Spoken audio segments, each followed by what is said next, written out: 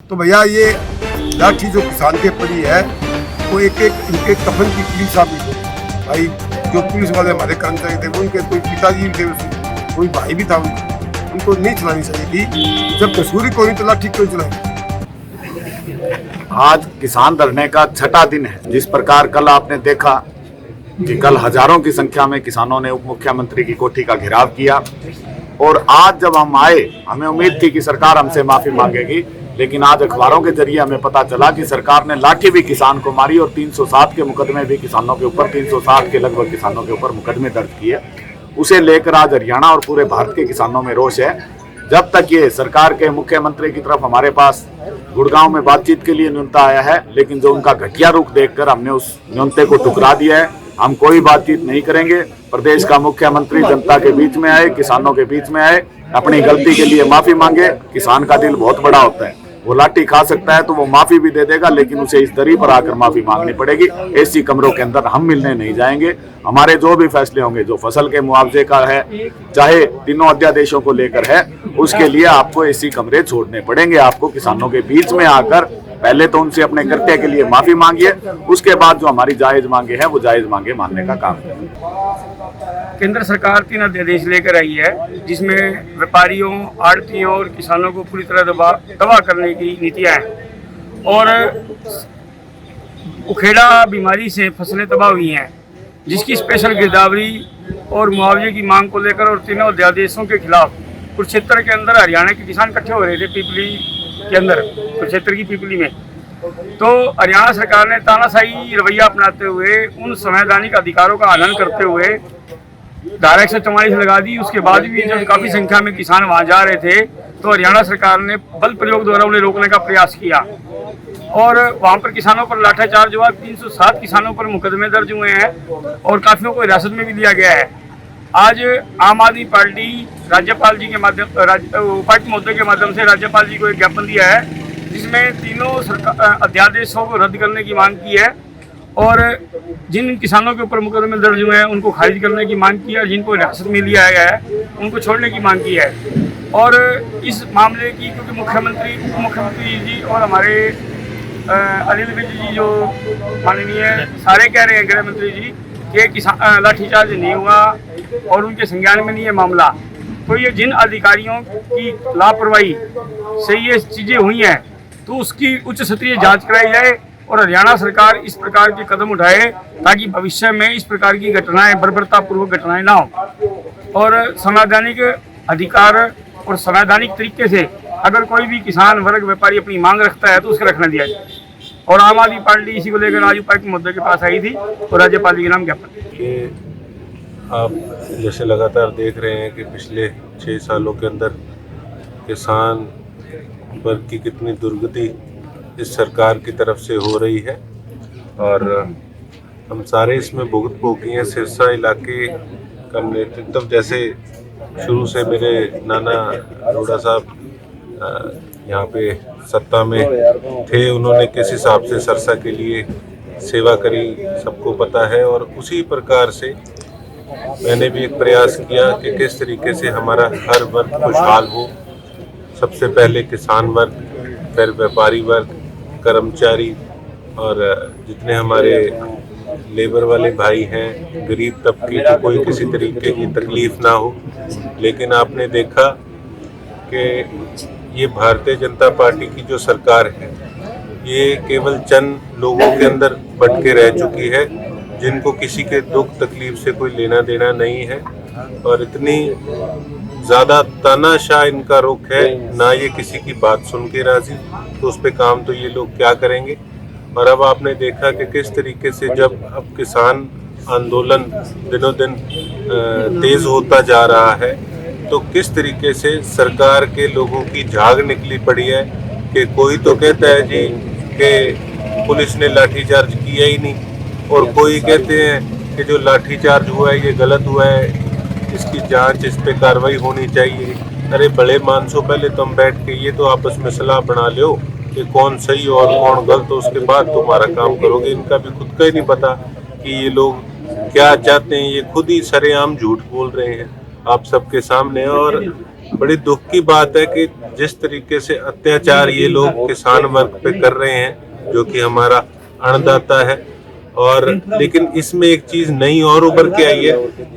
हर चीज में कोई ना कोई नुकसान होता है तो कोई उसमें अच्छी चीज उभर के भी आती है, और इसमें अच्छी चीज ये उभर के आई है कि ये मेरी होश के बाद तो ये पहला ऐसा आंदोलन है जो कि किसी जाति से ना मिलके इसमें हर बिरादरी के लोग आज अपनी आवाज को सरकार के समक्ष रखने का काम कर रहे हैं, अपनी आवाज को बुलंद करने का काम कर रहे हैं किसानों के हकों के लिए। और उसके साथ साथ आपने देखा कि किसान वर्ग के साथ जो आड़तीय भाई हैं, जो लेबर वाले भाई हैं, अकाउंटेंट भाई हैं, वो सब भी इस आंदोलन के अंदर एकजुट हैं, और जो गुलदस्ता होता है वो हर प्रकार के फूलों से ही बन के गुलदस्ता बनता है।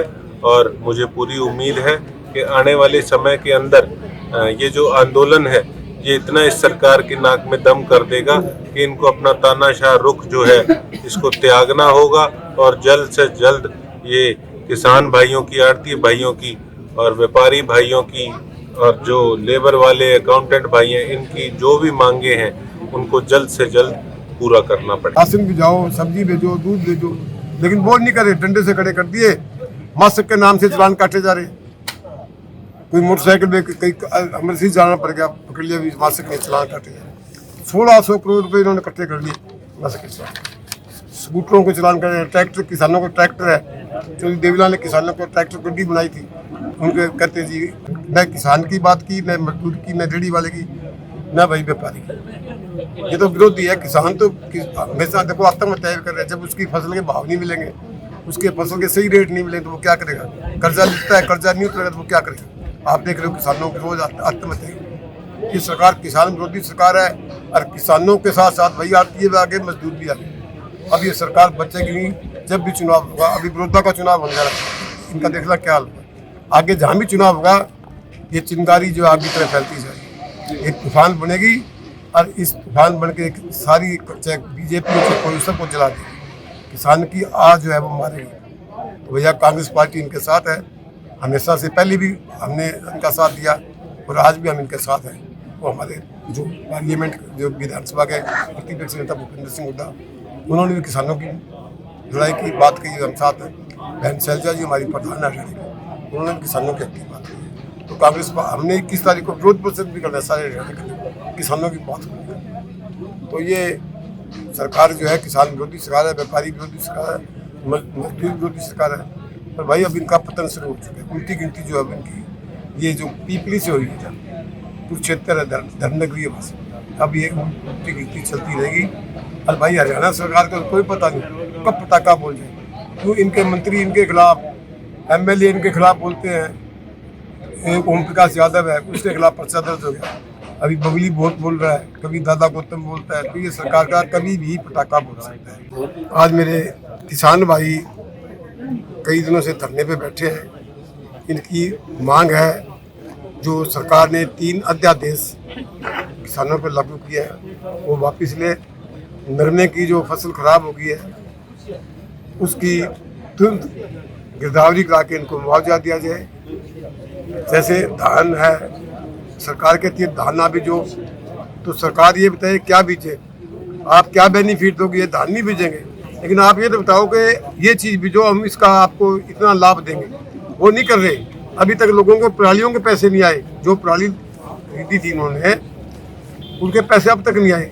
ये कहती है हम धान के ये कर देंगे, वो कर देंगे, कर कुछ नहीं होता। असल में कुछ नहीं हो रहा। आज जो अन्नदाता है सड़क पे आ रहा है, दुखी हो रहा है। सारे हरियाणा के अंदर जो एक किसानों की आवाज़ आ रही है, और सरकार जो है गताई हुई है। अभी परसों जो पीपली के अंदर जो कांड किया इन्होंने, कंडेला की याद ताज़ा करा दी। ऐसा इन्होंने बात तो कभी अंग्रेजों के राज में भी नहीं, इन्होंने अंग्रेजों को भी बुला दिया। किसानों पे नहीं थे, किसानों पे जो अपनी आवाज़ लेके, अपनी मांगे लेकर वहाँ जलसा करना था। लेकिन ये सरकार जो है मिनी इमरजेंसी लगा रखी है, घोषित इमरजेंसी लगा रखी है। किसी को अपनी बात जब आप करते हैं जल से तो इनको कोरोना नहीं होती। जब जनता करती है अपनी बात के रखने के लिए तो कोरोना की ये दिखा देते हैं। भी तुम भी रोज करते हो, बड़ी बड़ी रैलियां कर रहे हो, करोड़ों रुपए लगा के। आप ये मोदी जी बोल रहे हैं, कभी धनखड़ बोलता है, कभी खट्टर बोलता है। तब तुम्हें क्या जाता है, तब कोरोना नहीं होती। लेकिन जनता अपनी हकीकी लड़ाई लड़े तो कहते हैं जी कोरोना फैल जाएगी। उसके बाद इन्होंने इजाज़त दी, वो शांतिपूर्वक अपनी बात, अपनी मांगे लेकर वहाँ जलसा करें, जिसमें किसान भाई भी थे, आरटीओ ने भी इनका समर्थन किया और भाई मजदूरों ने भी समर्थन किया। हर जिले में रोका गया, इनको गिरफ्तार करके थाने में ले जाएगा। क्या इन्होंने क्या कर दिया था व्यापार?